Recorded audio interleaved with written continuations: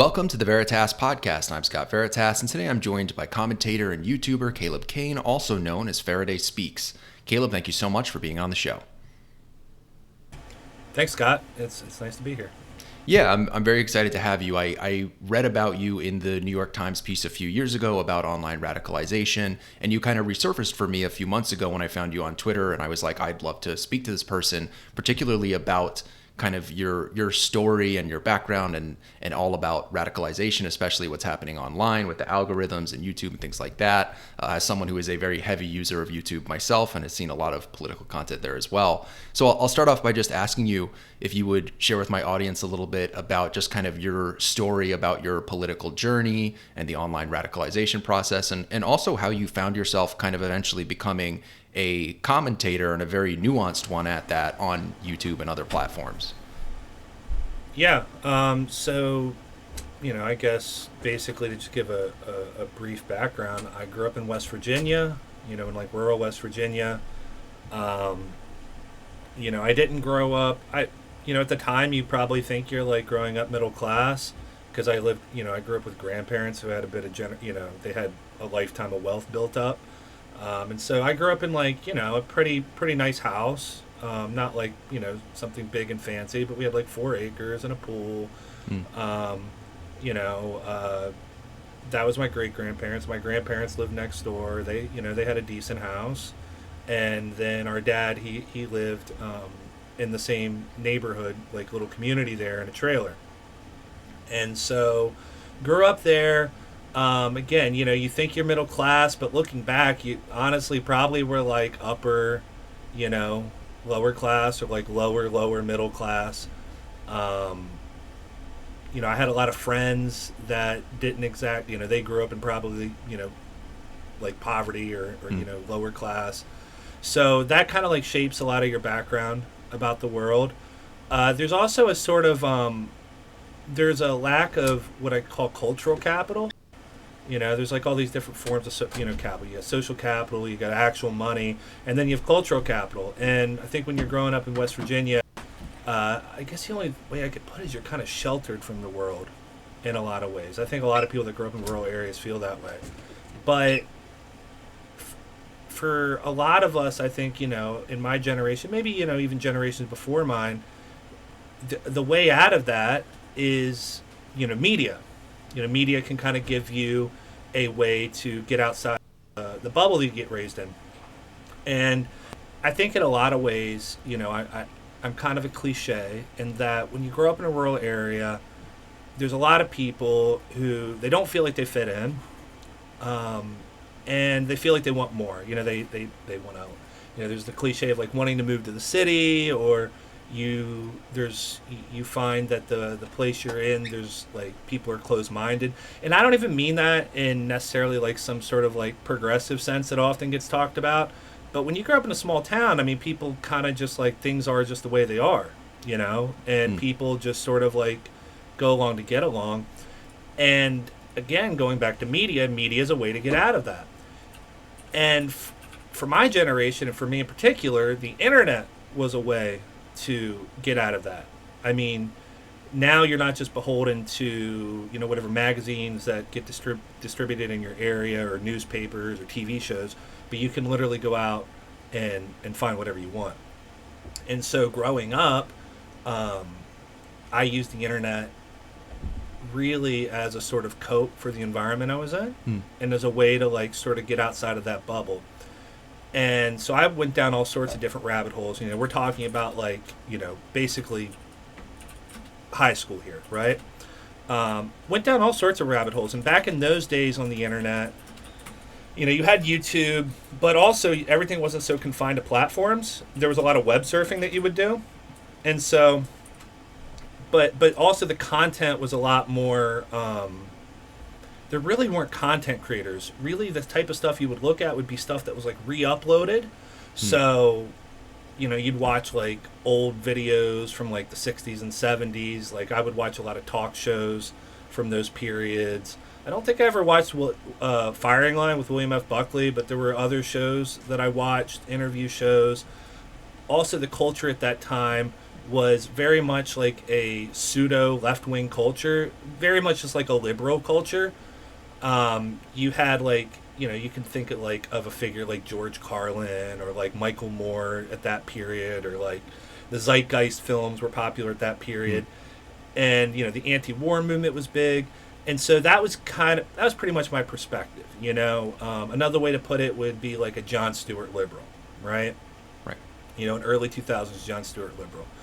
And so that was really sort of my framework of the world. And that was the type of content I watched online. And then also what you would find online was a lot of conspiracy content. And I would say, looking back now, I would really frame it as right-wing populist conspiracy content. But at the time, and for a long period of time, a lot of people kind of viewed it as a left-wing thing, right? Illuminati conspiracies, 9/11 truther stuff, of course. But now, now I would say it was more like libertarian, right-wing populist type stuff. And I can get into why I would consider it that. There's a historical link there. But that was the type of content I was into in high school. And so, I was very much like anti-racist. I was like pretty much like progressive on most issues. But also, there wasn't like, nowadays you would if you think of progressivism, you'd think of like what you might call woke. It wasn't really that stuff. And so, yeah, I mean, that was kind of the milieu that I was in high school. Going into college, and this is where I'll sort of try to speed it up a bit. Going into college, I took really a break from politics. I didn't really watch like, interviews or pay attention to any of that stuff. I mostly was just focused on hanging out with people for like a couple years. Went to college, had a bad experience, didn't have friends, didn't have, I had a lot of depression. I had undiagnosed ADHD, and I didn't understand that, so I had to drop out. And then I was back at home, in my small hometown in West Virginia, depressed. And really just like frustrated and feeling like, wow, you had all these people in high school telling you had all this potential and you're so smart, you're going to go places, you're going to get out of here. And really you're just right back here. And I couldn't even hang out with my friends because now all my friends are addicted to heroin and shit, and I didn't really want to be involved in that. And so I really just like sat in my room. I sat in my room, didn't have a car, didn't have a job, and I just needed a way to cope with that. And so I went to the only thing I knew, which was YouTube. And but by this point, YouTube and the internet had changed. There's two things that changed. Well, three things. One, the YouTube had and all the other platforms had centralized a lot. So there was less content surfing, and there was more, you would go to like a couple platforms to get everything. So you go to Facebook, you go to YouTube, and I didn't really use Twitter, and I didn't use Twitch a whole lot. So that was like, everything that you're seeing is kind of being managed on these platforms, and something that I didn't really understand by algorithms. The second thing that changed was meme culture had developed a lot. And I was even like kind of like surprised by it when we were young. I think you're about the same age as I am. In high school, memes were like really low tier quality. It was like Rage comics, but even like the era that I'm talking to is when Rage comics were starting to really develop more. I mean, if you go far enough back, it's like Scumbag Steve and shit. It's like really like there's like a very tiny narrow band of memes, and they don't really create much of an ecosystem. But now we're like post Pepe, and the memes are starting to take on more of like an ecosystem. They have more of like a canon in and of themselves. They almost sort of like create this like alternate universe, this sort of like fandom alternate universe, you could almost say. I noticed that, and then the last thing that I noticed was the content creators were much more sophisticated, and they had marketing skills now. They were using clickbaity titles to a degree that they didn't before, and their content was more topical, more current. It was being, more stuff was getting pumped out. This is like the sort of post, Amazing Atheist era. That generation sort of like revolutionized it. And now we're getting into the era where Sargon and them are coming up. This would have been around 2014. Gotcha. With Gamergate, right? Around that era. So I'm on the internet, and I'm not really looking at anything political. Really, I'm just watching gaming content. And one gaming creator that I watched in particular was a Theme. Is someone who I'd watched from like old YouTube.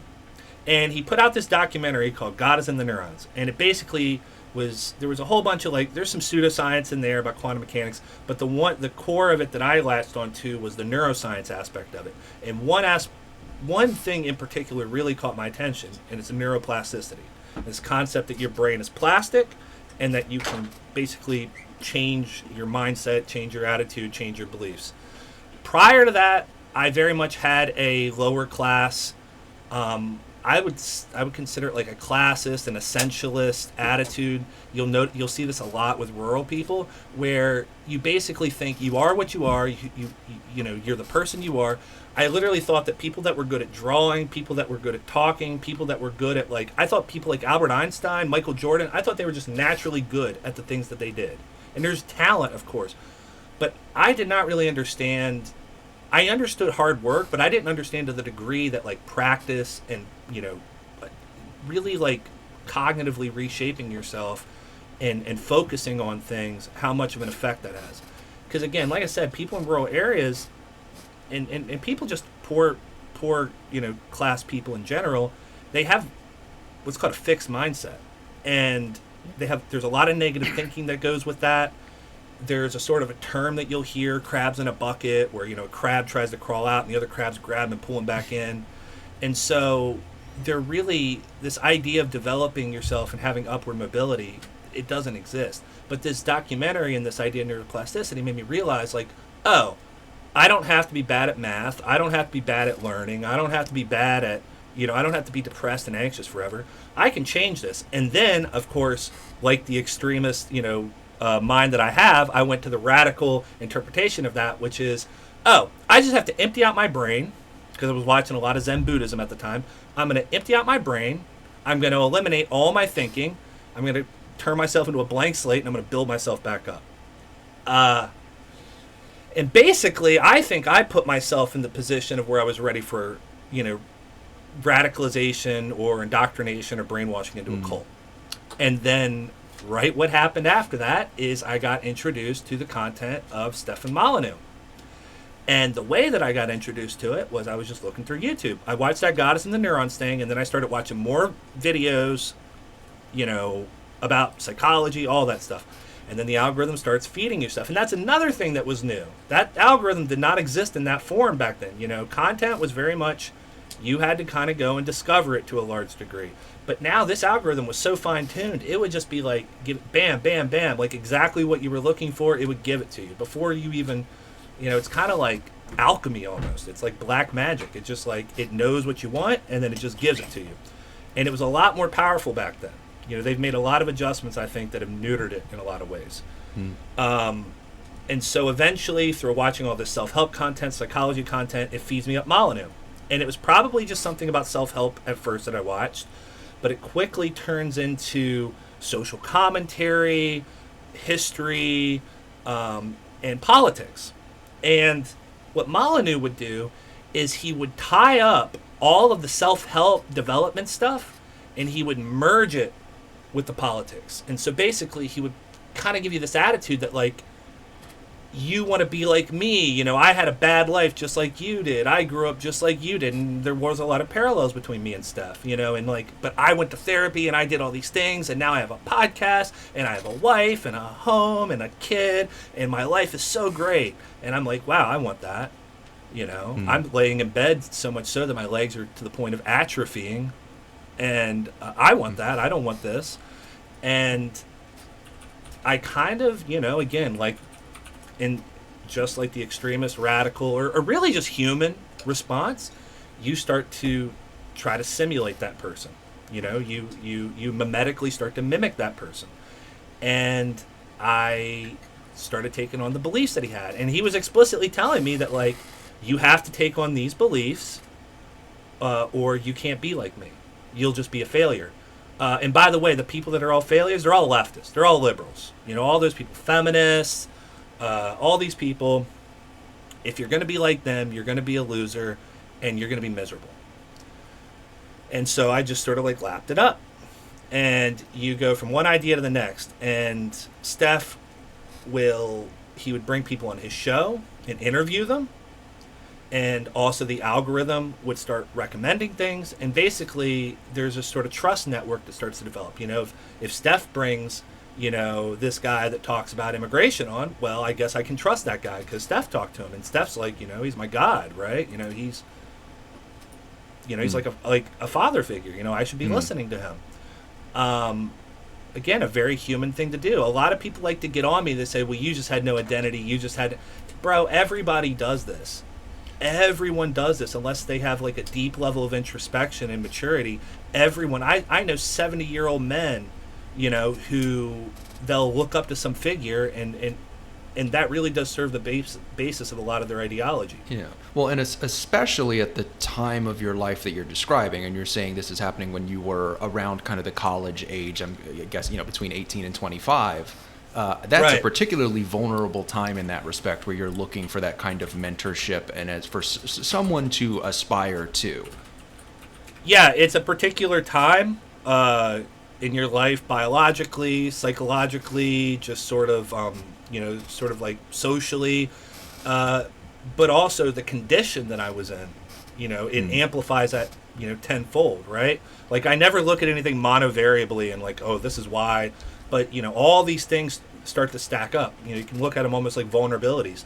And vulnerabilities don't have to be a bad thing, by the way. I don't use that in the negative sense, Sometimes it's good to be vulnerable. Sometimes it's good to look for a mentor and to sort of adopt their beliefs.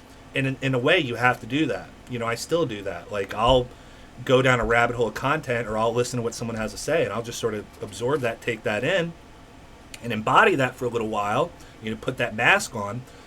I would say now what I do is I sort of like, I remember to take the mask off, whereas before I was more like Jim Carrey, and you put the mask on, and it just sort of like wraps around your whole body and absorbs you.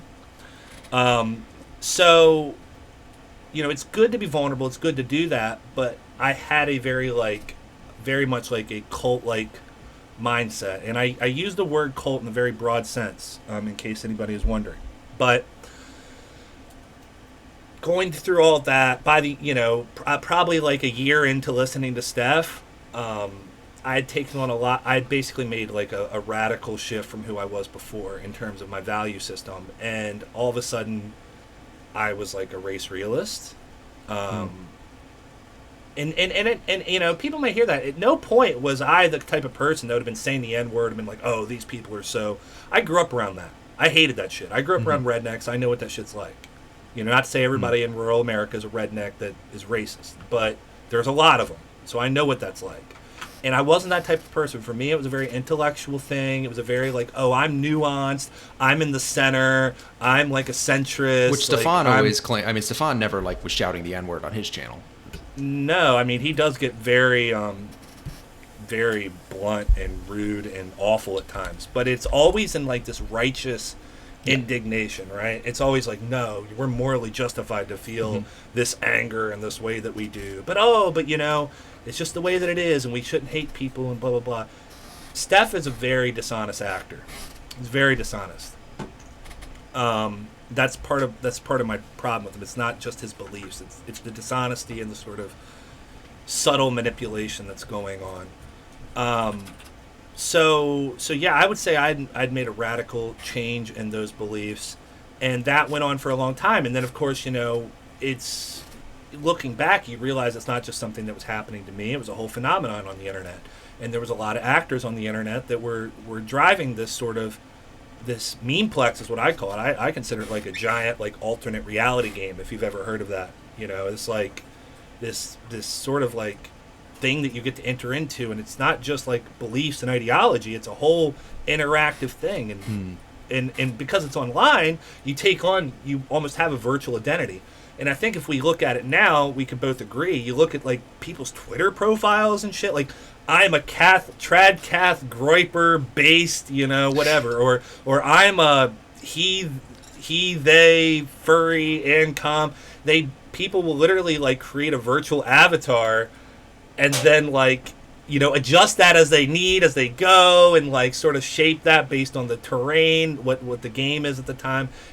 it's like they're playing a strategy game or an It is a RPG. lot like a video game. Some people will. I remember there was a joke about people listing their mental illnesses like Pokemon badges, and that's what that kind of makes me think of. Is And I don't highlight that to say like it's fake, because it's actually very real for them. You know, we could get into that later, but I'm trying to highlight the mechanics of it, the fact that it functions like a game. You know, which is a very terrifying prospect when we start to look at ideology and propaganda and manipulation. It's something that really concerns me now that I study this stuff. But to kind of just get through the intro here, so it doesn't go on too long. The gist of it, and if anybody wants to like hear the longer version of this, go onto my channel Faraday Speaks. Go to the very first video I uploaded, and I give a 38-minute. It's apparently I'm a good talker, people say, so it's easy to listen to. 38 minutes where I just explain like the exact process, and I have a whole framework for explaining that. But I spent about 5 years, probably 4 or 5 years, going through this content, riding the wave of the Trump wave and the alt-right, and I never considered myself a white nationalist. I was sort of a civnat, a sort of like populist, Lawrence Southern, Gavin McInnes style civnat, which I would argue at that time basically was white nationalism, or rather they were co-opting white nationalism for themselves. The alt-right would even agree with that. And went through that whole wave, and then at probably about late 2017, very beginning of 2018, I started to discover the channel of Destiny, Stephen Bonnell, the Twitch streamer. He was starting to debate with conservatives. The first debate in particular that caught my attention was the Lawrence Southern debate on immigration. And in that debate, Lauren didn't know what the fuck she was talking about. And she basically just started to use all these sort of emotional arguments to support her claims. That was like a crack in the dam, and it created a spark of curiosity. I then started to consume more content by Destiny. Later found ContraPoints. She sort of like would explain the dynamics behind, alt-right, specifically white nationalist infiltration into right-wing spaces. And then I started going into Destiny's Discord server, and that was where I met all sorts of communists, leftists, libertarians, trans people, Muslims, all sorts of people. And I started to realize that this isn't like the existential death of the West situation that's being portrayed to me. What the fuck? And you go through a period of cognitive dissonance, and it really only took about a year for me to be like, I don't know if I have any right-wing beliefs. And I would say, I kind of went down that rabbit hole for a while. And then over the past, so I went down I started to go down that rabbit hole a bit. Kind of like backed off of all my right-wing beliefs. But then I was very disturbed by the fact that this had happened to me. I was disturbed by the fact that it seemingly happened to me, and it happened to a whole bunch of other people. And I felt like, not only did I feel like I was taken advantage of, but I felt like I went through a process in which I was like a robot. All these other people had the exact same experience. It's like Fight Club and Taxi Driver being your favorite movie, and then you go online and you find out that all the same personality types that are similar to you all love Fight Club and Taxi Driver, and then you're like, it was like you all got the same programming. Yeah, and that's normal to a degree, but it just, in this instance, it felt so dirty. And I started wanting to, basically pull other people out of that, because I thought it was going too far. And I especially thought it was going too far after Christchurch happened. At this point, I'd already, backed off those beliefs. It's not like Christchurch was some ideological shift for me, but it was like a wake-up call where I was like, oh, this isn't just a bunch of memes and internet videos. These motherfuckers, will go out in public and they will shoot and kill people because all these people online are stirring them up and, making them think that the world's ending. And so after that, I think it was a week or two after Christchurch, I made the first video I talked about, my descent into the alt-right pipeline.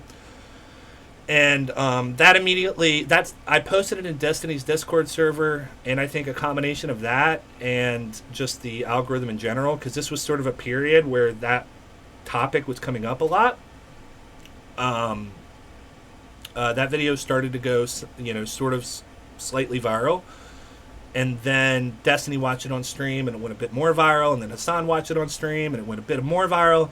And then two reporters, or a reporter, Kevin Roos from the New York Times, reached out to me through email.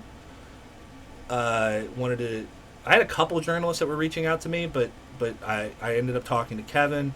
And then in that summer of 2018, or maybe it was 2019, I think it was 2019, I think. They did a profile on me, and then it went super viral, and then it sort of launched me into this, like, I guess you could say, like, a career, a passion of trying to figure out radicalization. And I've had a lot of, like, ebbs and flows of, like, where I've gotten to now in terms of that. I think about it way differently than I did in 2019. I mean, yeah, that's basically how I got to the point where I am now. Yeah. And I was just saying, and so now I'm like, I would consider myself like a subcultural researcher. I research mostly the far right, but sort of politics, subcultural politics online in general, and try to understand the mechanics and the dynamics of that. Yeah, and that sounds very clinical. So I'm curious, where would you say you've landed politically at this point? Because it sounds like you kind of were moving around the map for a while. How do you feel like you identify now? Is there a particular label that you like to use? I know I don't really have one that I like to use for myself very much. I wouldn't blame you if you didn't either, but I'm curious where you would kind of consider yourself now. I kind of jokingly call myself a neo-proactivist. I don't know if you've ever heard of the neo-reactionist movement, which is like... Yeah. I've had a couple people like that on my show. Yeah, it's a bit of a clown show, to be honest. It's just like... I have a lot of criticisms of that. But I don't know. It's like, do I really want Peter Thiel to be the CEO god of America, and then we're all going to be like race realists and like, I don't know. But kind of like jokingly, because they sort of have like a game theory approach to viewing politics, and they view politics in this sort of Schmittian way of looking at power dynamics, using a lot of like post-structuralist thinking, so a lot of like postmodernism, I guess you could say, even though that's not correct, like quite the right term for it. I would say I don't really have an exact label, and part of the reason isn't because I don't have ideas or beliefs. Like, I would say a lot of my beliefs are very what you would consider left-leaning, although I do have a lot of respect for like certain traditional or conservative values. But I don't really have an exact label because I sort of have this meta theory that we don't really exist in a time period where our old ideologies work, where our conceptions of politics work. Obviously the establishment parties, their systems don't work. I mean, they're literally burning to the ground. And I think that specifically technology and the influence that it's had, and stemming off from the influence of technology, this era that we refer to as postmodernity. I feel like you have a kind of a right-wing audience. So if they're only if they're only familiar with the term postmodernism through people like Jordan Peterson or Steve Hicks, Jordan is talking about a particular thing that I would agree is sort of a problem, but Jordan doesn't have a very good description of what postmodernism is. So when I use that word, I would don't have in your idea the idea that like, Peterson's this complete moral relativism, and that's what I mean. I mean about a particular point in history where there is a lot of relativism, a lot of the meaning in the world has become mixed up, but that all the dynamics have changed. The dynamics between individuals and the state, the dynamics that we have, the social relations that we have between each other, the sort of economic situation that we're in. I think that all of these compounding issues, plus again the technology, has created a situation in which our politics that we all like express and inhabit, and this Marxist and fascist and conservatives and liberals, everybody's pretty much guilty of this. It's incoherent. It doesn't make sense. It's not just ideological, but it's like it's like meta ideological. It's like attached to these presuppositions that are now no longer reflective of reality. And I think that we need a new framework for understanding this stuff. I'm not the person to come up with that, so I don't have like a solution to give anybody. A lot of people might look at my beliefs and say I'm pretty nihilistic. I would say you could probably levy that claim, but I wouldn't put it in a negative sense. I'm not a person that doesn't believe in anything. I do have beliefs, and I think there are objective truths in the world. But I think that we are just basically in a very unhinged, disconnected situation with our politics. That's why we're having this culture war, and it creates a very schizophrenic situation. And to cope with that, you see people going online and developing avatars and playing the great ARG, as I like to call it, the alternate, the great alternate reality game. Yeah. I definitely think that whether you call it post-modernity or whatever you want to call it, I always just talk about on my show the fact that the internet has reshaped humanity in ways that I don't think people will talk about that the internet has been a really big deal and has reshaped humanity, but it's always understated. Like, you can't overstate how much it has remolded people's brains, especially when it comes to politics. One of the things I always bring up on my show is that people used to have lives that were pretty insular to like a small community, maybe their friends and family, and those were the only people they were really accountable to. So they would just kind of like, as long as my mom and dad aren't mad at me, as long as my friends are still my friends, we don't necessarily have to talk about politics. And if we do have a disagreement, it doesn't have to be that big of a deal. Maybe one of my friends has kind of wacky views and that's just whatever. But now everyone's kind of a public figure. It's very, very weird. The thing that gets me, and I always say this on my show, everyone knows how to write a press release. PR people can eat their heart out. Everyone knows how to write a press release, because whenever something big happens in the world of politics, a bunch of people who may not even vote, may not really care that much about politics, but they have social media accounts, they will go onto their social media accounts and they'll write these very generic, usually there's like a left-wing template and a right-wing template. Sometimes people will say something a little more interesting. That's great. But most people write these very generic like press releases about whatever, tragedy or political event is taking place. We definitely saw it with Roe v. Wade. There's a right-wing template. There's a left-wing template. And it's because they are accountable to that social network, that literal network of, hundreds or even thousands of people. And if you're like us, you have, I have a couple thousand subscribers. You have tens of thousands of subscribers. You have even more people. But we're a little different because we're commentators. But for even everyday people who are not commentators, they still commentate and they feel the need to commentate. And it's really not natural or normal for humans to be this way, to feel that level of accountability when it comes to what are supposed to be very deep philosophical concepts that most people, frankly, just don't understand and for many years didn't care about. Like, people didn't really care about politics that much by and large until like the 2016 election. Most people, especially younger people, just kind of lived their lives. And so I think that we are in an age where a lot of the chaos you were describing, I think you were talking about this sort of social chaos that we're in, where nobody really knows what's going on or can make sense of anything, or we can't get along very well because we have these alternate, views of reality. I think in large part it's because of this weird macro level of accountability where people are constantly the person who put it better than I could possibly put it, Bo Burnham, has a very, very funny bit in his special Inside where he says, maybe just once people could, about one of the things that happened, just one thing, shut the fuck up. Once in our fucking lives, maybe we could just shut the fuck up. And he's kind of getting to the heart of what I'm talking about, which is that I don't think our society was built for the majority of people to care about politics, nor to care about their public image the way that a politician does, and to write these press releases and to go through these political processes. That is something that I always point to as being a huge problem, and that I really, it's funny because my story tracks a little differently than yours, although I do think we're close in age. I graduated high school in 2013, and then I started college shortly thereafter. And I always wanted people to care more about politics because I was interested in politics. So I was like, oh, none of my friends want to talk to me about politics, right? When you're 18, at the time in 2013, people weren't that interested in it. And I regret that so much. It was very much a be careful what you wish for kind of thing. Because then around the 2016 election, people started caring a little bit too much. I was the same way.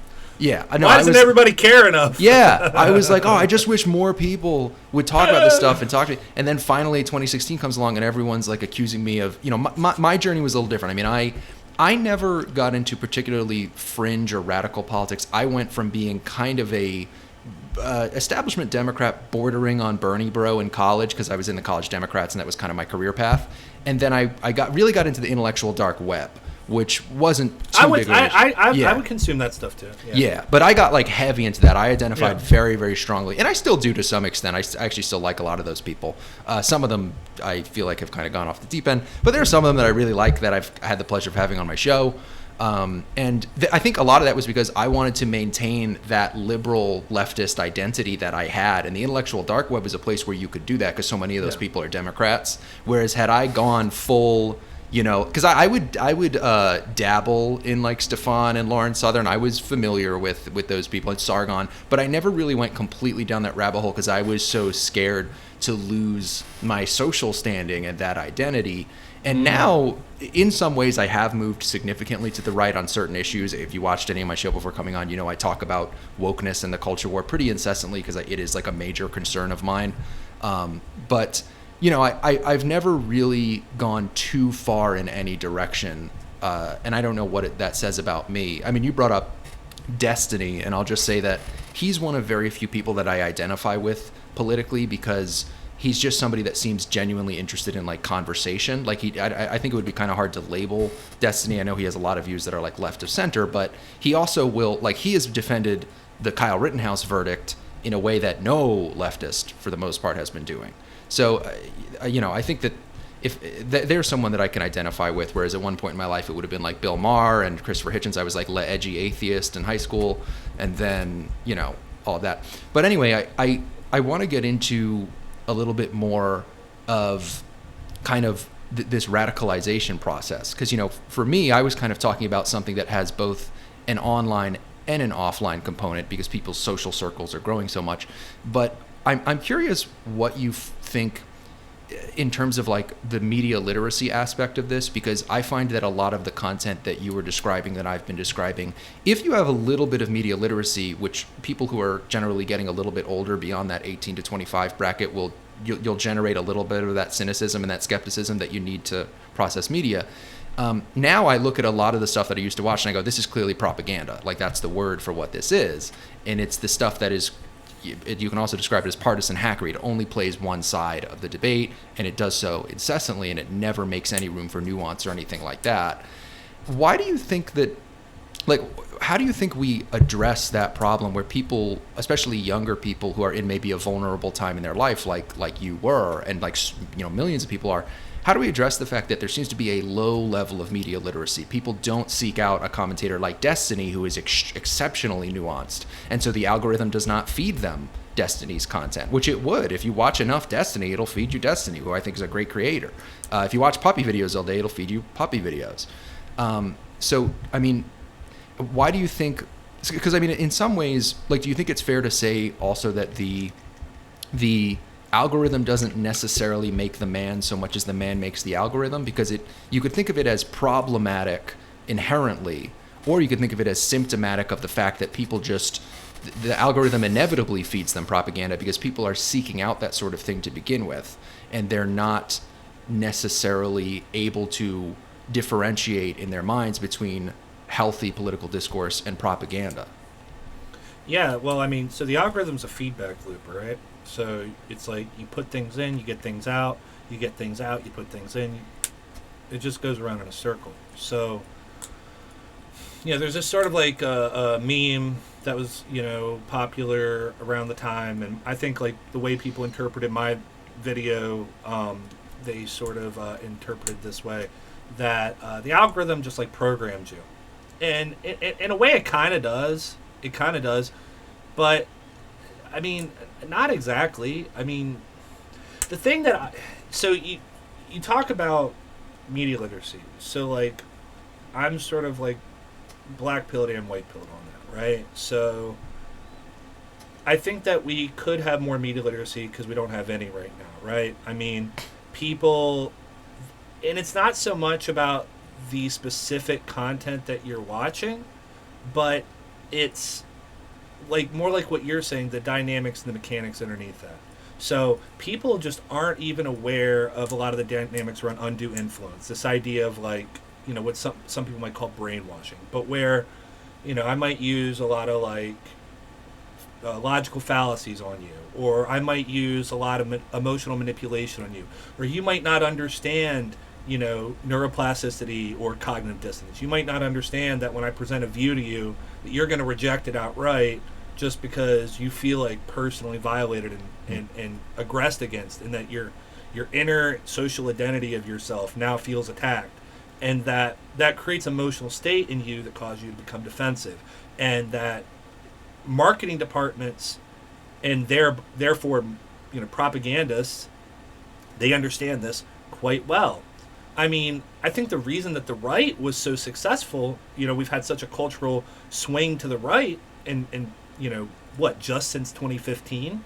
I think the reason for that is because you had a lot of really skilled propagandists on that side. I mean, one person in particular would be Steve Bannon, and Steve Bannon literally set up, you know, the organization Cambridge Analytica, which would use user data on social media to collect and build specific profiles for individuals, and then target those individuals based on their profiles to swing elections.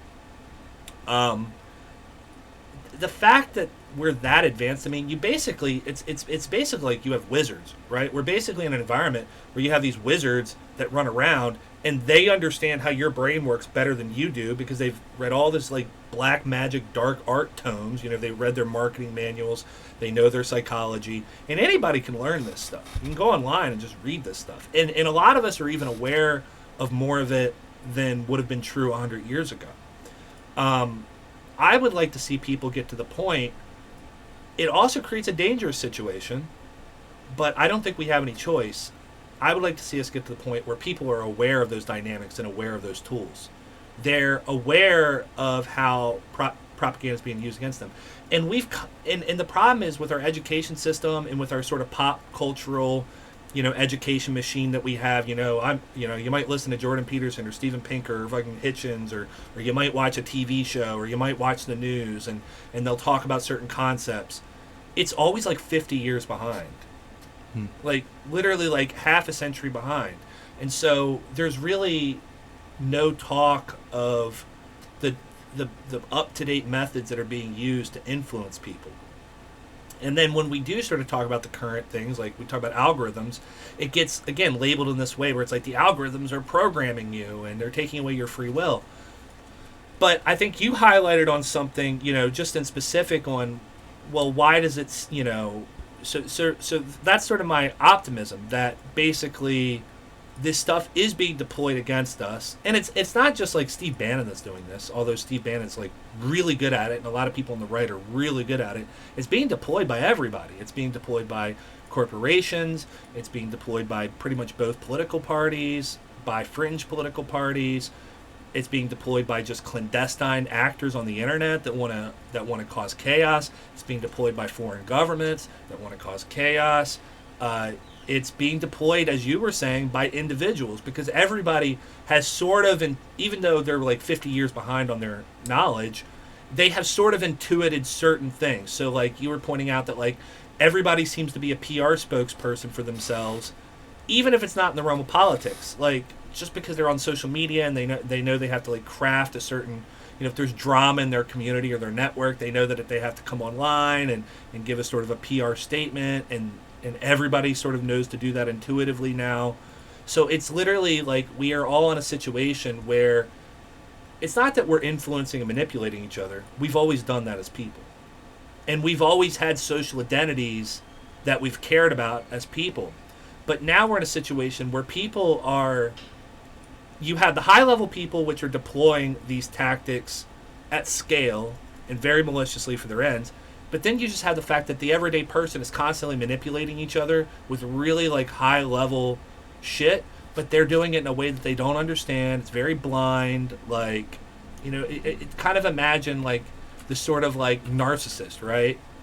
Not using it in like the evil, like, you know, egotistical way, but think of like a victim narcissist, right? Think of like a guy or a girl who, oh, everything's always going wrong for them, and they always have a story, and then they're always asking for money, and they're always doing this and that.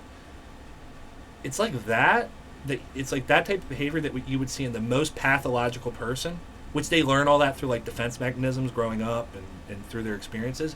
But now like everybody is sort of keen on those, and it's even worse than that. So we've sort of took like, it's not dissimilar to the way that we've like, and I'm not like an anti-gun person, but it's not dissimilar to the way that in the past we might have had like a hunting rifle or a musket.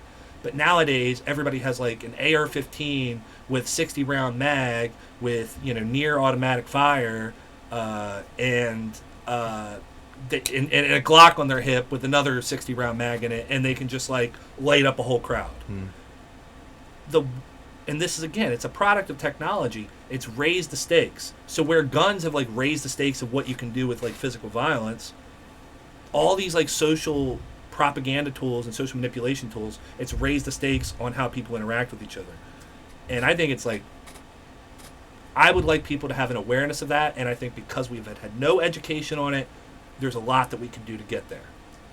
The black pill that I have is that people are really susceptible to this stuff, and that it's not like, this is where I kind of hate, like, you know, there's these like types in the center, right? There's these like centrist types who it's like, we need to break free of ideology. We need to not have ideology. We need to all be free, rational thinkers. It's like this enlightenment, you know, thinking, this liberal enlightenment thinking that we had, because like back in those days, they thought that people could be rational actors, and they didn't think everybody could be rational actors. By the way, I mean that's why they had like racial hierarchy theories, and they thought like they were very classist, and like they thought like, you know, the lumpen proles kind of had to be controlled, and the kings and all them kind of had to be kind of like this NRX mentality, to be honest with you.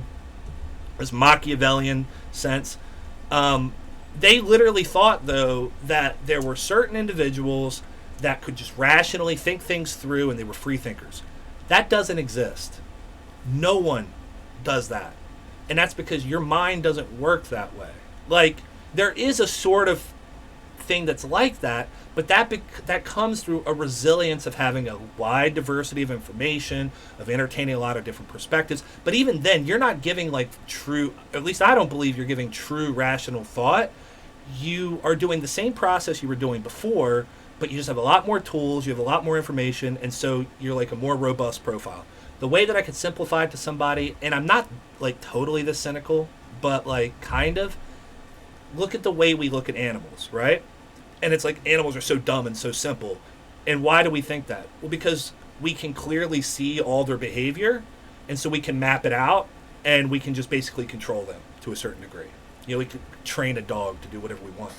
But what would happen if an alien came here, like a super big brain fucking alien that like they'd probably look at us and be like, wow, they're not even conscious. They're like animals. They're like, I can totally see like all the outlines of their behavior. I can see all their cognitive processes. Wow, we're such free thinkers. They're just like little ants. They're like dogs. And of course, there's probably a more intelligent being than them that would think the same thing, right? It probably goes all the way up to God. I bet God, like on some certain level, is like, you know, stuck by the whims of the forces that make him up. But that is a problem, because it means that even to whatever degree that you give someone resilience, they're still going to be manipulatable. And if someone has a big enough system, or if a complex enough system exists, that it can sort of create what we would refer to as an ideology, or, you know, on the internet we call people NPCs, right? Because we can like see through their behavior. But the problem that you highlighted, and I'll shut up with this because I know I have a tendency to go on, the problem that you highlighted is the network effect. And I think that that's where the shift that you're seeing is, and again, it's the product of the technology, where we've always sort of been like, you know, looking at each other. There's this idea that this guy named Rene Girard, you should look into.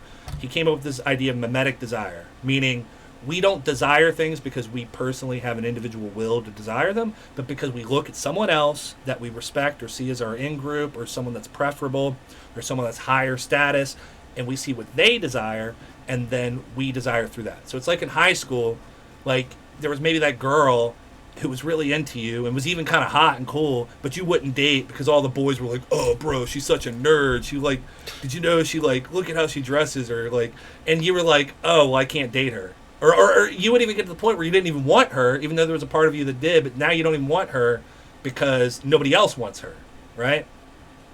So, because we have that sort of dynamic, we've always had that sort of dynamic. But now we're all networked together, and the networks are having this sort of like this overwhelming force on people, and they're having a homogenizing force on people. So whereas before, and also we're polarized, and so we go into like polarized camps like AB, where we sort of like AB attack each other and AB test ideas. Because of like everything that I just explained, that's why everybody seems like an NPC when you go online. It's because before they wouldn't have been so tapped into these big networks, and so there wouldn't have been such an assimilation. But now because they're all online and they're all together, there is this sort of assimilation into an average of belief. And then you just talk to people online, it's like you're talking to a robot. Yeah, it's a huge problem, and the topic you brought up, one of the things you said is a topic that I happen to find really interesting, which is the extent to which we can or cannot emancipate ourselves from ideology. I mean, that was largely the inspiration for like the new atheism movement, was the idea that we could all be hyper rationalist and not have religions. And of course what ended up happening, and this was a very intimate experience for me, because I went from being in this sort of edgy atheist, Sam Harris, Bill Maher club, to being more intellectual dark web, which anyone who's taken that journey knows that we found out that if you take out one religion, another will immediately take its place, and it could be eminently worse. So people like me and Sam Harris have found that we find the sort of woke religion or ideology significantly more obnoxious than we ever found Christianity. At least I would definitely concede that at this point personally. And so there is this inevitability of ideology, and you kind of got into that a little bit, but I think that part of a conversation that I'm really interested in is there a way to have a healthier relationship with ideology, to have it be less fundamentalist, or maybe just to sort of ration it out in a different way? And what I mean by that is maybe not everyone has to be like a high priestess, like maybe not everyone has to be like such an evangelist for their ideology, or to be quite so intense about it, which again, you were saying wasn't necessarily the point before, is much more so the case now, largely because of these network effects and the proliferation of the internet. Because I think there's kind of a few different levels of connection to ideology for people and for our society. I think you have the sort of unrealistic and somewhat quixotic pursuit of like a hyper-rationalist society where like nobody has an ideology or religion, which I actually at one point thought was possible, because again, I was edgy atheist, but I now concede is completely impossible. Even though I'm still an atheist, I'm much more open to and accepting of religion as an inevitable part of society. And I'm open to the fact that most atheists, including myself, have some religious values. Like, I'm a fairly patriotic person. I do love America on some deep subconscious and spiritual level. That's something that is spiritual to me and that I've had to accept as like, oh, that's a kind of religious element to my existence. But what I always like to say is I like to think that I'm someone who has a kind of healthy relationship with my quote unquote religion, which is these sort of patriotic values that I have. I'm not particularly fundamentalist about them. I'm still critical of the United States as a country, even though I love it. Whereas some people are sort of more jingoistic and they just want to be like, rah, rah, America is always the greatest country in the world and can do no wrong. And we see that across all sort of religions. In some cases, we see those fundamentalist groups. I think that the dominant religion in the West right now is becoming this sort of woke religion, which is one that it is kind of inherently fundamentalist. It's built to, my big objection to it is that it does not tolerate dissent, to the point where somebody like Destiny could get banned from Twitch because he wants to have these honest and open conversations about LGBT stuff, about trans stuff. And that's crazy to me, because Destiny is someone who I would generally view as somebody who's on the left politically in many ways. And we've seen this time and time again, that I think that we can't have the hyper-rationalist society that the new atheist movement dreamed of, but I think that we need to find a way as a society to have a healthier relationship with our religions and our ideologies. And a big part of my show, and we may have some disagreement about this, and we could get into it if you wanted, is that I think wokeness is a horrible religion to build your society around. I am so concerned about the fact that we went from Christianity, which I still have many objections to. I think Christianity is, I think there's a lot of really great and interesting stuff about it. I think there's also stuff about it that if you have it on the fundamentalist level, you wouldn't want that to run your society. It hurts a lot of people. But I think that wokeness is significantly worse as a sort of unofficial state religion, and that the consequences of that, because it's such a rigid ideology, it is inherently extremist in my view. One of the rules of wokeness is that you cannot have really free speech. I mean, it's you'll notice like hyper woke people do not like free speech. I find that if we're going to reconcile with our religious nature as a species, wokeness is not the orbit to be around for that. Okay, so yeah, I have a lot to say about that. So I want to first start by giving what I would like, what my definition of like wokeness would be. The first thing I'll address is people often talk about this stuff in terms of religion. I don't know if that's a perfect way to think about it, but I understand what people mean, and I sort of like have a similar sort of conception of it. I think at some point we have to dig into that and like exactly what that means, just like like as a general like in the discourse. So I don't think that's perfect, but I kind of like conceive it that way, and so I'll just go with that for now. It has a sort of hegemonic nature to it, and there's also a sort of again on the NRX side they would call this the cathedral, right? Yeah. And really, I mean, Moldbug's just trying to reinvent cultural hegemony, how that plays into institutions, and an Overton window. So, one of my problems with Moldbug, he's just like that whole crowd. They'll just reinvent terms that like Marxists came up with or like liberal Enlightenment people came up with.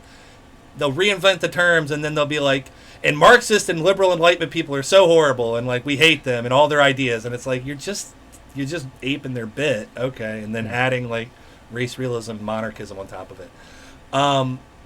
So cultural hegemony, how the institutions play into that, and then how that bleeds down into the culture, right? The other definition, portion of the definition I want to put onto it is, it's an extension of a lot of the liberal Enlightenment values around civil rights. And honestly, I think it carries a lot of the same essentialism that had, where we were describing, like, you have the people who are able to interpret the information, the priests, and then, the sort of elite, and then they can sort of give that down to everybody else. That is present in that culture. That's where you have your experts, your expert class, as we kind of refer to them. The other portion of the definition that I'd like to highlight is a lot of people call it Marxist. I don't think it's Marxist at all. I think the only fashion in which it's Marxist is it talks about, like, in Marxism there's the aspect of class conflict, and I think everybody has sort of absorbed that as a criticism and as a framework for viewing the world. I think even like your most basic conservative kind of has that in their worldview. But then it gets weird when, and I think this is where like people have started to notice, is it almost takes like Foucault and his conception of power dynamics, and then it's like someone who was like an extremist, like a Foucault extremist, read that, took it way too literally, and then like actually took the ideas of postmodernism, the idea that there is no central objective narrative, not that there aren't objective facts or truths, but there's no objective narrative to view the world, and then they just like ran with that. So it's sort of this liberal post Enlightenment, postmodern view of the world, and I do have a lot of problems with that. I think a lot of people, on the left will often, they only think of wokeness in terms of the civil rights aspect, and they're very ignorant to all the stuff that I just described. So that would be my definition of it. Now, again, where I sort of like I'll start with the skeptical part of me when people talk about this. I don't think it's anything new whatsoever. I think it's just the current force that's present, and so it's the force that currently feels oppressive. What are the things that people talk about when they talk about wokeness? First, they talk about canceling. Canceling is a social ostracization. That's always existed. If we want to compare it to like Christianity, the Christians at one point, and I'm not talking, I'm very respectful and partial to Christianity, so we wouldn't be talking about Christ here. We're talking about the religious institution, the religion of Christianity. At one point, they would have cut your head off and burnt you at the stake. At one point, they would have showed up in your territory and been like, convert or die. At one point, they would have the pilgrims would have kicked you out of the commune and be like, all right, go live in the woods, which basically meant you're going to go die. More contemporaneously, and I grew up in this culture, if you got pregnant before marriage, they'd send you off to your aunt's house, or they would just shun you and call you a slut. There's a lot of aspects in which the canceling's not new. What are the other aspects of it? The sort of like the dogmatism of it, that's present in Christianity. And I think it really, and this is where my sort of like cynical skepticism comes in, and my worry comes in, because I'm partial to your way of thinking, where it's like, we don't really like the elitism, we don't really like the sort of you must conform to the structure, but it's present everywhere. These sort of like hegemonies are present everywhere. And I want to like regather my thoughts, because there was a specific point I was going to say. It's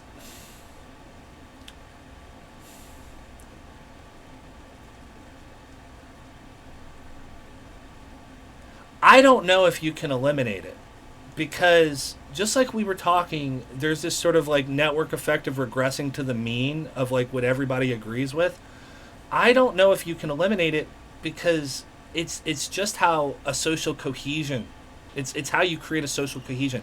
Again, NRX would describe consensus. It's how you create a consensus, and that consensus is how you get things done in a society. It's how your institutions are able to communicate together. I think a lot of people, why the wokeness feels so weird to them and new to them, is the fact that we're hitting a point in history where there is the new ideology is taking over. The new church is taking over.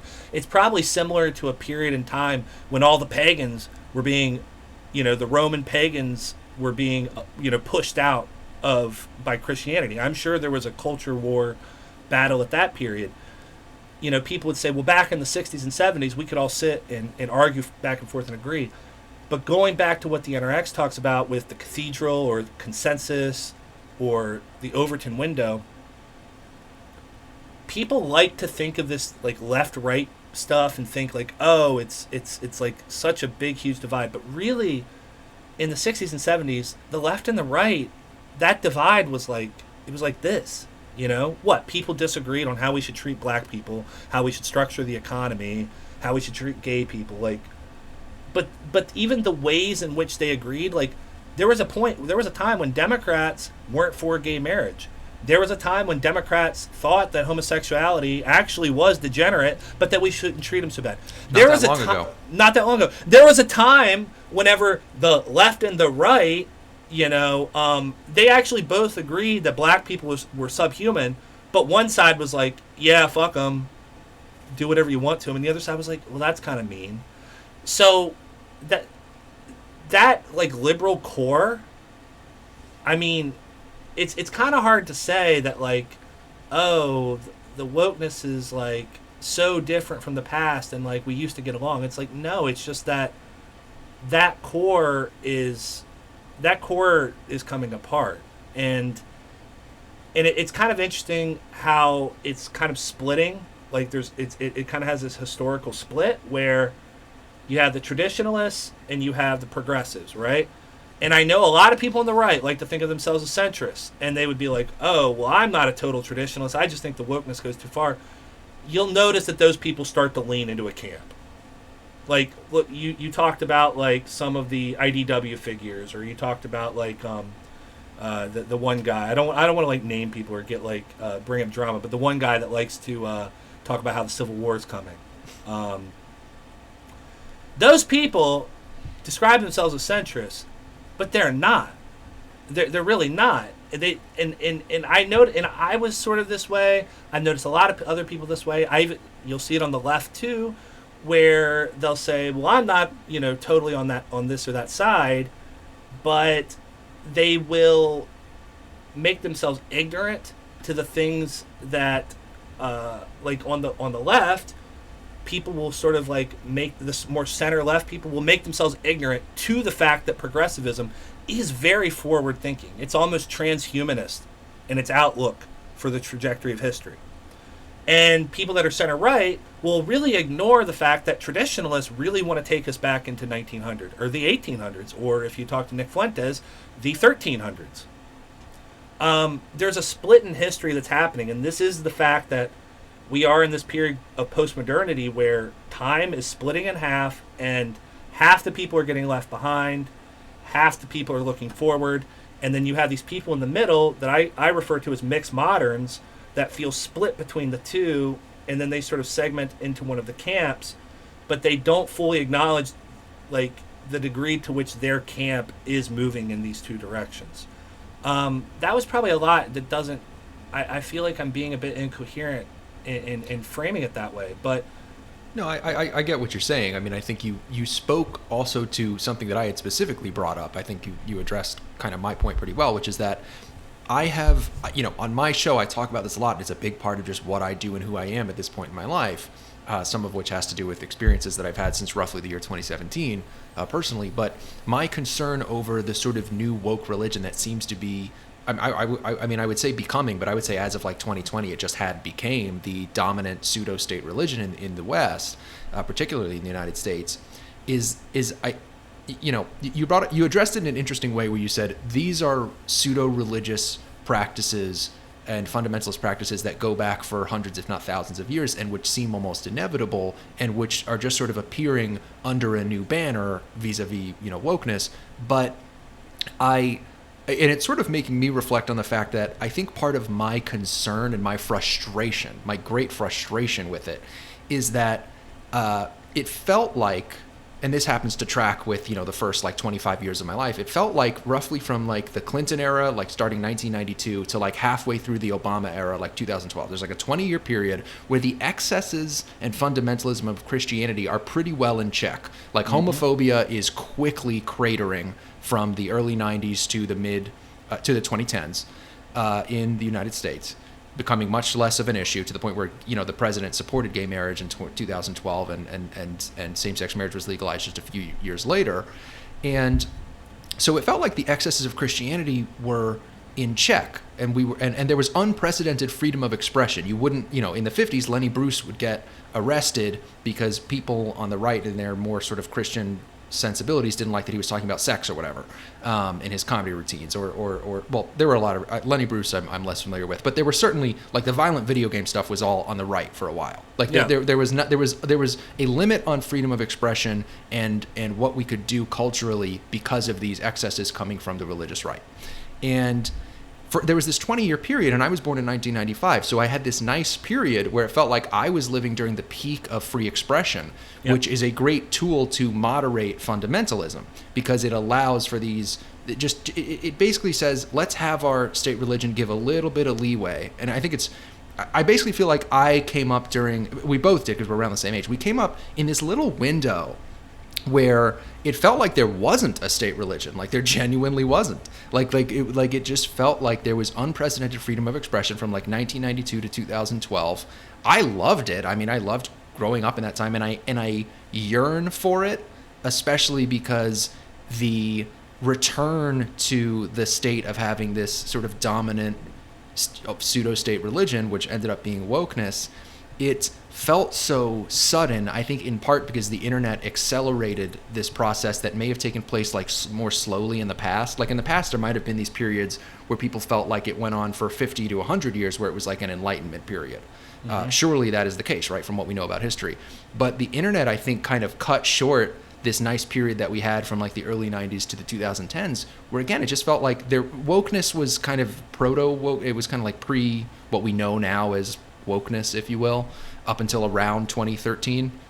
And again, Christianity is in check. So I think that a big part of my frustration and my concern comes from like, it felt like we had something really great. Like, because even race relations seem to be improving. You know, Obama won a landslide election, was elected the first black president.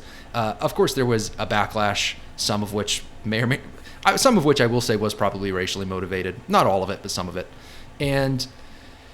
But it felt like we were in a really good place. And it frustrates me greatly that around 2015, give or take a couple of years, everything just collapsed. And it's something where I sort of wish we could just go back to the year like 2011 and almost just stay there. But I've had people, of course, point out to me how incredibly naive that is. And of course, it is metaphysically impossible. But you know, just to name that. But it's just I don't know. I just feel like it's a shame considering what we had accomplished. I mean, the fact that people of different races were getting along as well as they were, kind of pre Trayvon Martin, seems almost miraculous. Even though it was only like, what was it? It was about 10 years ago. Yeah, there is. Yeah, the dream of the '90s is alive, right? Yeah. Because that's what you're talking about. The '90s. More or less. 90s, early aughts. You're basically like describing the 90s. I mean, I love how in The Matrix they were like, you know, we decided to create the 1999 is the constant year in the 90s because it was the height of civilization. True. I don't know how true that is. I don't know how much of that's nostalgia. I don't know how much of that is a product of like a lot of prosperity. Economics has a lot of impacts that we don't readily see, to be honest. So I don't know how much of that is just the fact that America was like hitting its peak before its decline, or what appears to be its decline. I would really have to like think about this. You know, you're describing a sweet spot, and I would have to think about that more.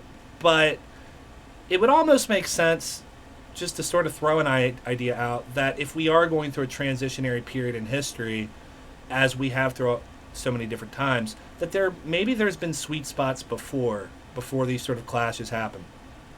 The culture war stuff's always been there, and it's been growing. In the 60s, you get William F. Buckley, and they start to put a lot of money and infrastructure into attacking the culture. Before that, you had the rise of fascism, which was a sort of revolt against the modern world, right? It was a traditionalist revolt against the expansion of capitalism, the social, distinctions and changes that happened during that time, and the role that the labor relations are changing, and so it's causing like women to enter the workforce, all sorts of stuff. The Nazis, like, you could see as a sort of like all of that you could see as one of these periods of revolt. I think the past is always going to revolt against the future in this way. And so I think what you started to see, post the 90s for some reason, and by the way, the 90s weren't all great. We had Timothy McVeigh. We had the white nationalists running around robbing banks. We had the KKK having a little bit of resurgence, and the FBI cracks down on them, and that falls apart. We also had race riots in LA.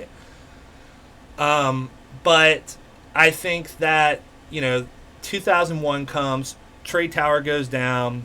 Again, something that was only possible through technology. Planes, the ability to hijack a plane, the ability to create infrastructure to create a terrorist cell that could do something like that. That sort of puts the first crack in the dam.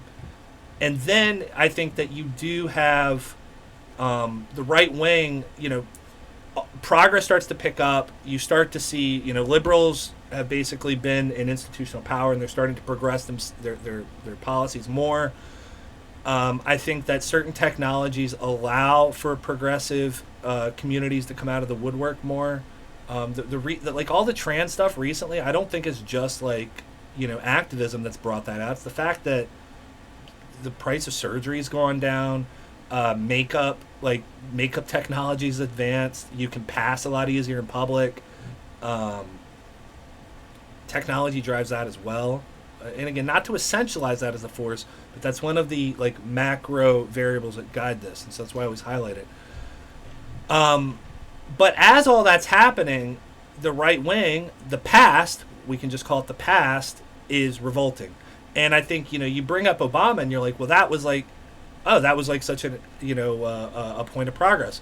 Yes, but with every point of progress, you're going to have a reaction to it. And so, yeah, there was a lot of people who were fucking pissed about that. Like, what the fuck, dude? A black, Muslim, not American president? Fuck that. Fuck that shit. That is where I think you start, and that's where the polarization that has been going on, it just starts to like cleave apart. And then you're going to have actors come in that are going to like wedge into that. I mean, that's what people like Steve Bannon do. Steve Bannon's a Leninist. He believes that you come into a crisis situation, you come into a situation where there's a opening, and you wedge it and clean it open. The term you would use for this, it's accelerationism. And this is, again, why I don't trust like the NRX crowd, because what they do is they have a game theory idea of things, and so they create a map of what's going on, they look at all the variables, and they think, which of these variables, where can we put the chess pieces, how can we accelerate things, rip things apart, bring down the whole thing, and then we'll rebuild it back up from that. So you have that sort of like clandestine revolt and institutional revolt from the Republicans, and and then you enter Trump and you get an actual revolt, not just like Republicans sort of pushing the line, but you get like a real populist revolt against the establishment.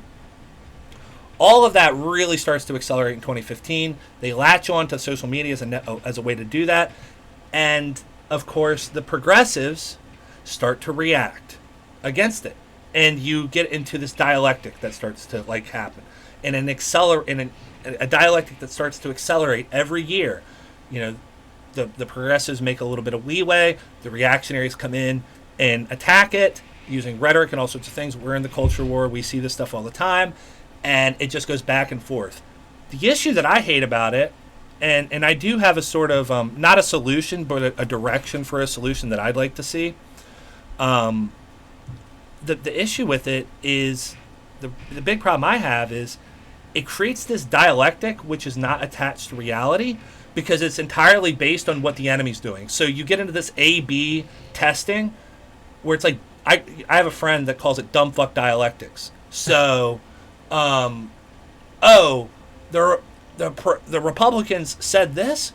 Well, I'm going to take the opposite of that position, and I'm going to push that. Oh, you're saying that? Well, I'm going to take the opposite of that. And so A becomes B, B becomes C. A comes to B, then it turns into C, then the other position takes on D, and then we just keep going down the line to the point that none of it makes any fucking sense.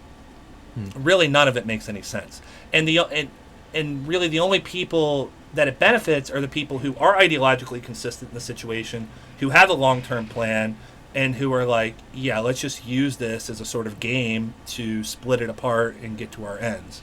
That's where a lot of my concern comes in with this with propagandists. So yeah, you have this idiotic dialectical situation, and that's why all the time you're just like, none of this makes any sense. Like, I'm seeing these people argue back and forth, and like they're what they're saying is contradictory to their own position. Like, I think like that's what happened to free speech. That's what's happening to free speech to a large degree. Is there probably is a debate to be had about like limits to free speech, but you just see people on the woke side being like willing, like, well, we'll just throw it out the door because of like something that the right says, right? I could get into more specific examples, but I call it dumb fuck dialectics. It's where I'm just going to take the opposing position. I'm going to like take that as far as I can. And now because there's like a public spectacle, you kind of have to do that because you don't want to be seen as supporting the other side. And so it just spirals to where none of the politics has any meaning. What I would like to see is a synthesis between the future and the past. And not like the centrist way where we'll take a little bit from this side and a little bit from that side, but like an actual synthesis where you have to like and again, like, you go issue by issue, and I don't know exactly how you would do it, but that's what I would like to see. It not returning to the 90s, not returning to, you know, our childhoods, but a synthesis that allows us to go forward. That's what I would like to see. Yeah, it's really interesting, and you're talking about a kind of strange symbiosis as well that is developed between the left and the right, including the far left and the far right, because they need each other to keep this recruitment process going, and also some of their propaganda going, because you need a scapegoat, you need a villain, and so they kind of need each other in a weird way. I have one last question for you. I know that we're over our original hour, but this is a really interesting conversation, so I've kept it going a little long. You know, you've been talking about kind of the neo-reactionary group, which I'm not super well educated on. I've had Orrin McIntyre and the Distributists on my show, so pretty much everything I know about NRX comes from them. I know a little bit about it. I do find it kind of interesting.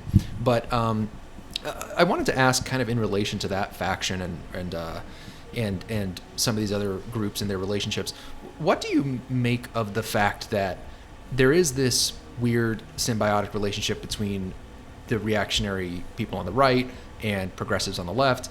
And I guess one of the reasons that I on my show talk significantly more about extremism on the left and radicalism on the left is because I find that on the right there is extremism and there is fringe opinion that I don't like and that I think is damaging to society, but it is largely confined into a couple of small spaces. One is, of course, the cult of personality around Donald Trump, which I do not like. I've said it a million times on my show. No matter how much people beg and yell at me to do it, I am never going to say that I'm fond of Trump, because I'm not. I think he's kind of a giant buffoon. So there's this cult of personality around him where a lot of the sort of fringe stuff on the right seems to orbit around. And then there's also this somewhat obscure world of NRX and the neo-reactionary stuff, which is very under the surface. If you polled like 1,000 people, what do you know what neo-reactionary or NRX? Do you know who Mencius Moldbug is? Maybe one person would say yes out of 1,000. Like, it's a very, very obscure thing, and it seems like a lot of the sort of fringe radical energy on the right is around these two things, kind of the NRX space, and of course there's also the racist alt-right KKK, but that seems to be kind of going out of fashion to some extent. But it's confined to these, with the exception of the cult of personality around Trump. Those are all fairly kind of obscure things, that being one major obvious exception that I would concede. On the left, a lot of the fringe radical stuff, as far as I can tell, has completely taken over the Democratic Party, which is supposed to be the establishment core of the left, the organizing apparatus, and it's taken over these major cultural institutions that are much more powerful and less obscure than some blogger named Mencius Moldbug. For as much influence as he may hold, he doesn't hold a candle to the legacy media, to the Democratic Party, to the big tech companies, which are vastly run by people who seem to be culturally progressive, and they sort of enforce that ideology on people. And in academia, that's the same case. So what do you kind of make of the fact that it seems like there's a power imbalance, that it does make people like me feel a great deal more concern for what is happening on the left, because they seem to actually control the sort of power centers culturally, whereas on the right it seems like it's a little more obscure, it's a little more under control, again with the glaring exception of the cult of personality around Trump. Yeah, so what you're seeing on the right is like, so when Moldbug talks about the cathedral, he's not just talking about cultural hegemony, he's basically trying to create like a loaded language to talk about liberal hegemony. And that's a real thing that exists. And that's why you've seen like, a progress in the country for better or for worse. You've seen the right wing like lose time after time. That's why that's why you had a figure like William F. Buckley come up, who is like a sort of establishment neoconservative. But the reason you had figures like that come up is because conservatives were losing so much ground. To be honest, like the white man was losing a lot of ground. He was losing a lot of his cultural and representative power in the country. That was and that's due to a lot of things. It's not just due to activism, it's due to shifting demographics, all sorts of things. That's why in the Reagan era you see them create fusionism, where they need to like get all these different like right-wing groups that don't really work together and bring them all under an umbrella. And that's where you start to see capitalism become like a really big thing, a really big, or the sort of like Milton Friedman, capitalism not the right word. That's where you start to see neoliberalism really start to take hold. This open up, completely free market, global trade. You see globalism rise up.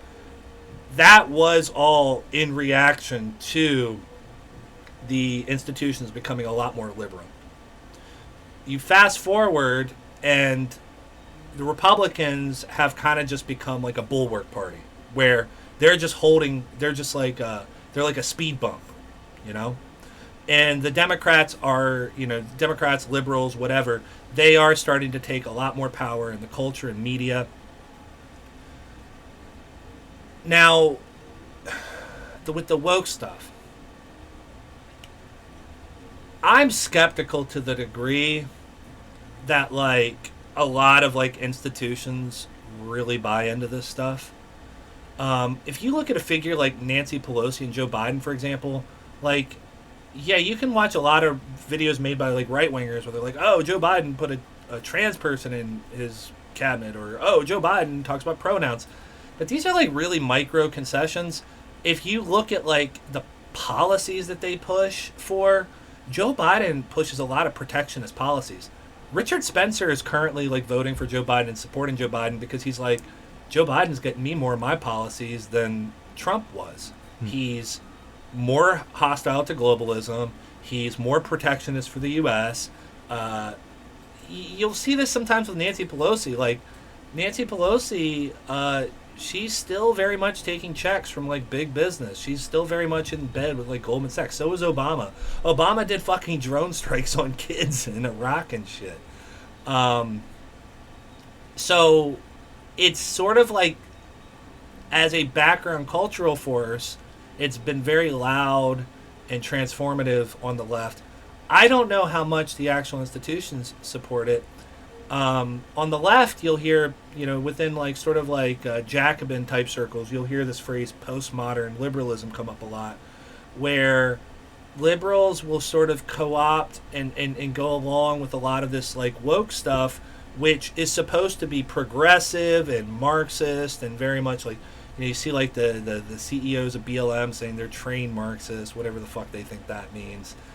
But then you look at the behaviors that go on behind the scenes, and BLM's those people are taking big mansions and they don't give a fuck. And Nancy Pelosi's signing deals with big oil companies and big fucking tech companies and big, finance. You look at like, people on the right will often point to like pride and be like, oh, look, the corporations are promoting pride. But why are they doing that? They're really just doing that to shore up their market capital. And so there's a way in which capitalism is just sort of like absorbing these things and then trying to like reorient these things for its own goals, which is not Marxist and is not progressive. So in a way, it is socially very radical for a lot of people, but structurally it's not that radical. Like, yeah, we might start to see like drag time story hour in a school or something, but you're not going to see the way schools are funded change. You might see pride, or you might see BLM be put up, they might turn road signs into BLM and do all this stuff, but you're not going to start, the ghetto's not going to diminish at all. It's probably going to grow.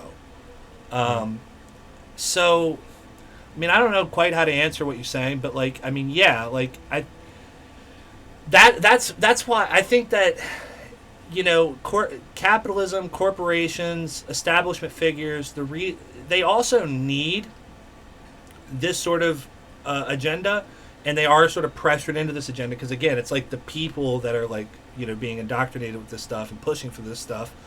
And the reason they're so, they're going to put that over top anything else is because they need to shore up their market capital and they need to open up new markets. So, like, they want, like, if gay people are going to start, like, marching with a Goldman Sachs flag in the front, that's fucking great because now you got a whole much larger market.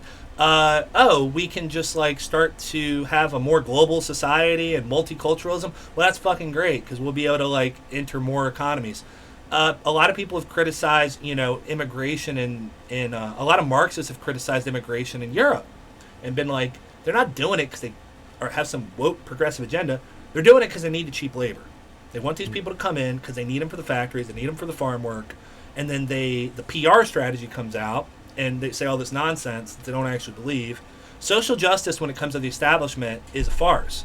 When you really think about it, we haven't made social justice progress in this country because nothing structurally has really changed. You know, we gave people welfare checks and we said that was a solution. That's not a solution. Nothing's changed. Wages are stagnating. People are in worse situations. So, in a way, it's a big smokescreen for the financial elite, for the productive elite, to basically just solidify their powers and create this sort of new feudal system. That's why I'm like really worrisome of the tech companies and all the power they wield. They're like these new feudal, landlords. Yeah. Now, to make a comment on the right is never going to appear as scary in terms of that because it can't. It is literally the force of the past. Now, it's having a swing back. They just got control of the Supreme Court, and they fucking got rid of Roe v. Wade. What? Like, what? Are you serious? It's like, huge, yeah. Yeah, what the fuck? They got rid of Roe v. Wade. And they're probably going to push past that. They'll probably go after contraception. They'll probably go after gay marriage. Like, they will. They will do these things because there is a sort of, like, trad-cath agenda undergirding a lot of these, these pushes. In terms of something like NRX, just to comment on that briefly, it's not a mainstream. It's not ever going to be like conservatism or liberalism or wokeism or even religion because it's not made for that. What it's made for is it's not a ideology, it's a strategy. It has a right-wing ideology embedded in it, which, is sometimes partial to monarchism, sometimes it's not. That's why you had the alt-right sort of stem out of NRX in a lot of ways, because it doesn't have an ideological core because it's a strategy. And the strategy is to get into the institutions, manufacture elites, get those elites into the positions of power, and then start to change the culture that way. And find any wedge where you can start to make progress and pump pressure and energy into it using an accelerationist strategy.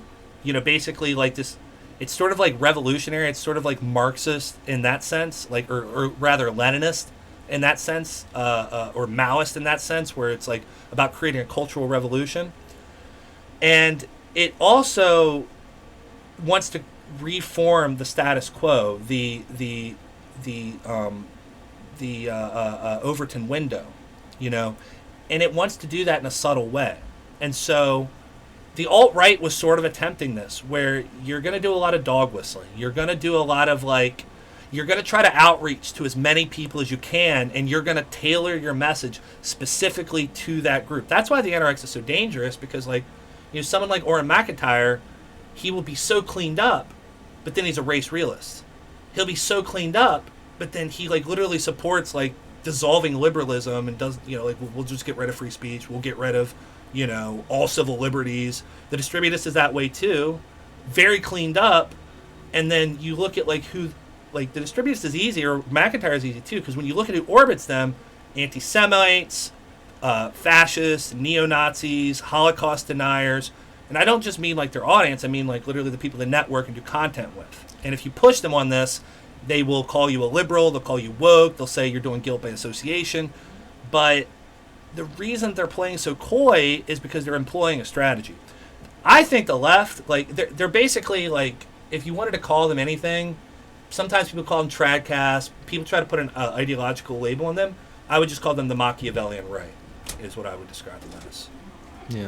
Yeah, the NRX thing is really interesting. I've been dabbling in it just because I find it interesting, and I think there are really big things that they get right, especially if you're someone who has a primary concern with wokeness as a state religion, as I do. I think there are big things that they get right in terms of their openness to different kinds of solutions for the situation we find ourselves in. But what you said is really interesting, because I haven't heard a lot of people talk about this.